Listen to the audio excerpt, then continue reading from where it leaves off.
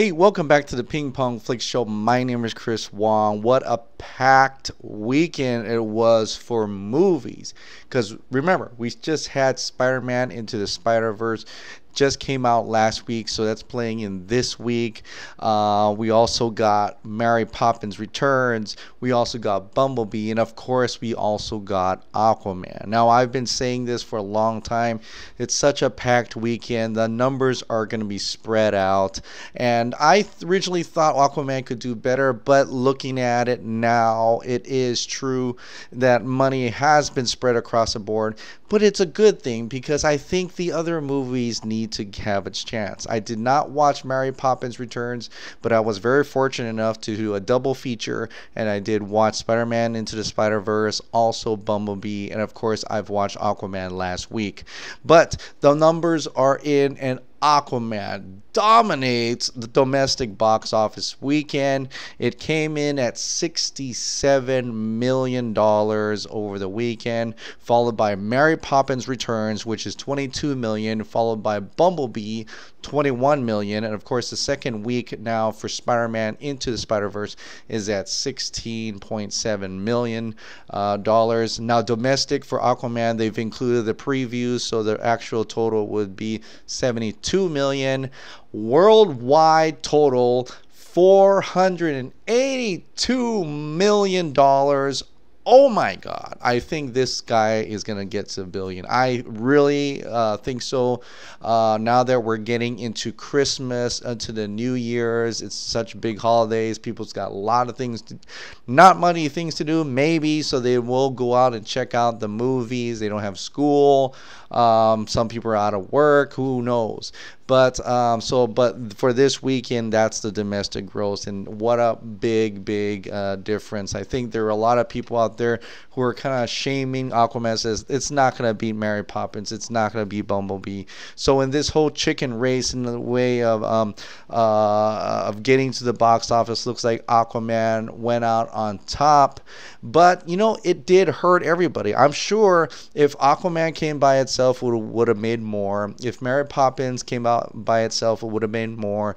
Bumblebee would have made more, and of course Spider-Man Into the Spider-Verse would have a better second weekend per se. So in all, it hurts everybody, but I think everybody can kind of hopefully get a little bit of taste this whole week, and hopefully that spreads out more. And I think that is the reason why we are not hearing a lot of media blitz saying, oh, this underperformed this. I think in general, I think the media and the bloggers do understand that it's a packed weekend with a lot of new movies, a lot of similar genre type movies, that a lot of family as well, that it's going to have to be spread out. And for me, I couldn't watch Aquaman again, but I had time to watch Bumblebee and Spider-Man, but I didn't have time to go out and watch Mary Poppins Returns. So unfortunately, but since I got to watch Bumblebee and Spider-Man, I'm going to do a review on that, a really quick review about those.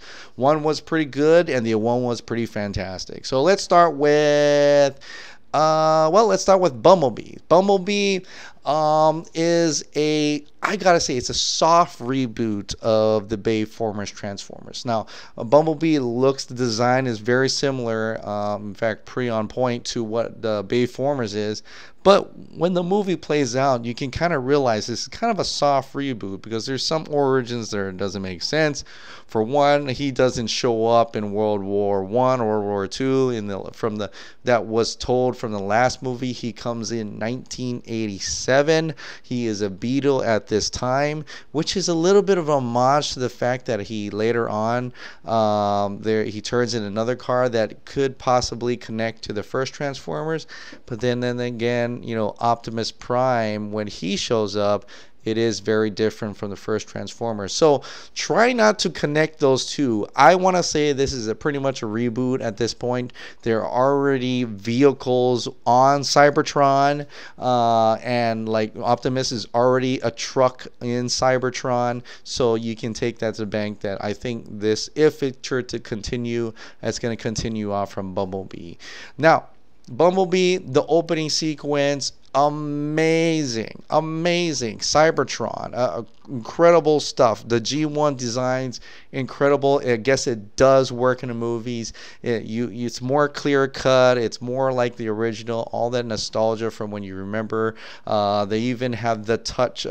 You got the touch song in this movie as well to remind you that this is it's for the people who love nostalgia, for the people who love the original Transformers cartoons and the toys. This is for you guys. This is for us.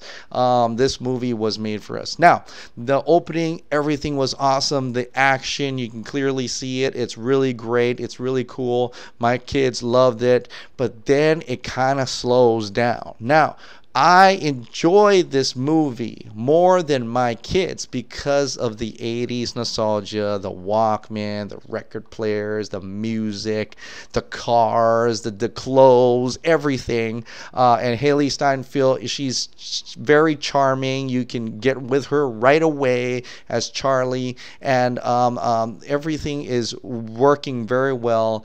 And the whole, I don't know, I guess you can say like the whole E.T. storyline is very similar. You've seen this before, you know, kid coming of age, wants to do things. She's, you know, wants this and that, or wants a car, sees an alien, befriends alien, they work together, and then they have to run away from the authorities. We've seen this type of movie many, many, many, many times before, especially in the 80s. And so it's nothing new, but they put a Transformer spin on it. But because I've seen that, I get it. It does take me back as a kid. Very boring for my kids. Very boring. They're squirming. They're like, when are we going to see Bumblebee? When are they going to do it? When are they going to fight? So because they're used to Bayformers Transformers, which, you know, for a lot of people is like, that's unfortunate. You know, they should be doing cartoons Transformers. But, you know, that's where they grew up from. They love Bayformers. It's entertaining. It's all explosions and stuff like that. But it keeps them in check. So in this movie, it gets really slow in the middle for them. I love it. They don't, and then it picks up right away and it gets to the actiony stuff, but in a less epic, grander feel than what the Bayformers has done. For a lot of people, that's going to work for them. For the kids, my kids, not too much, and ultimately and for me as myself, it's probably like a one-off movie. So I'd say this is a pretty good movie, but after you take out all the nostalgia and everything, it's pretty basic, you know, to tell you the truth. I'm glad they finally got Transformers correct, but in terms of entertainment and popcorn blockbuster action, I'd still enjoy the Bayformers more than this movie, although this movie had a better way of telling it, the origin of Autobots and the Decepticons and everything, as like a soft reboot. So this is kind of like the new Batman Begins of Transformers, and hopefully it makes you know, enough box office money to continue forward. The great thing about this is that this is written by Christina Hodson, who is writing or wrote Birds of Prey. So if this is the kind of dialogue and story that we can expect in Birds of Prey, well, not story, but dialogue in terms of and the flow of the movie, then I get it. I think we're gonna be in good hands with Birds of Prey, and then that was one of the things I was looking forward to. If Bumblebee works out and the writing is there, then maybe Birds of Prey we don't have to worry about so much. So Christina Hodson, very well done. Bumblebee, pretty good. Spider-Man Into the Spider-Verse, though, was fantastic. I gotta say, when people are saying this is the best Spider-Man movie, no, this is not the best Spider-Man. No, for me it is. For me, I agree. It is the best Spider-Man movie. Unfortunately, it wasn't a live action, but the animation was really well done. It's got that CG, 3D, 2D, cell shade. I have no idea, but it's got some comic panels here and there. Very, very stylistic. Sometimes a little too rocky, where you see some shadows, but it's okay. You kind of get over that, and your eyes adjust to how this animation works out. It's very incredibly made. I love how stylish stylistic this movie is. And the story of Spider-Man is so good here. Even though it's Miles Morales and there's Peter Parker's too. Now I said Peter Parker's, but it is so good because it captures the core elements of Spider-Man, the feeling of loss and overcoming that loss with power that you need. That with power comes great responsibility. That essence of Spider-Man is in this. When he fights, he plays it off with jokes because has more of an inner turmoil, and you can actually see in here. This works 100 times better than Spider-Man Homecoming. 100 times better. This is a Spider-Man movie you have to watch. If you love Spider-Man or even comic book movies, you have to watch this film. This is an incredible story, and I love that they don't force feed you that this is like this is a minority, diversity Spider-Man. They don't force feed that you. This is Miles Morales, and he's the new Spider-Man.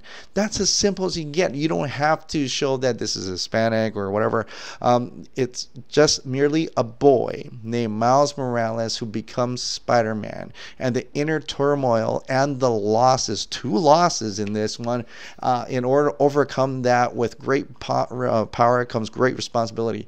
And when he finally dons the suit, when he finally dons the suit, it's so satisfying, so gratifying, it's so uplifting. It's such a great moment in an origin story, and it's so powerful that when he finds it, if you feel it, it feels so earned. So Spider-Man Into the Spider-Verse, fantastic film. I love it. I teared up. I cried. Well, I didn't cry, but I teared up. I was sad for a lot of parts. I felt great. I felt emotional. And when he finally got that suit, man, my kids were cheering. They were like, whoa! And this is the thing, when they came home, they started drawing. They started drawing Spider-Man, not the red and blue, but the black and red. The black and red Spider-Man is their Spider-Man now, and that is a fantastic feeling to have when your kids have someone to look up to, a kid like themselves who became Spider-Man. And so this is a great film if you love Spider-Man or comic books in general, or even you don't know anything about Spider-Man. It's a great starter point for knowing about Spider-Man and other spider people, if you say. So Spider-Man Into the Spider-Verse, if I had to choose between Bumblebee, Spider-Man, and Spider-Verse, I'd choose Spider-Man Into the Spider-Verse. But check out Bumblebee because I think this movie deserves to make a lot of money. I want to see the sequels, and for the love of God, why can't there be a movie completely on Cybertron by now? We're like 6 Transformers in. Can't you tell that we care less about the people and more about the Transformers? That's all I have to say about that. All right, guys. Well, that is it for this weekend. Thank you so much for subscribing. Thank you so much for watching. Have a wonderful and a Merry Christmas, guys. Happy holidays. Bye.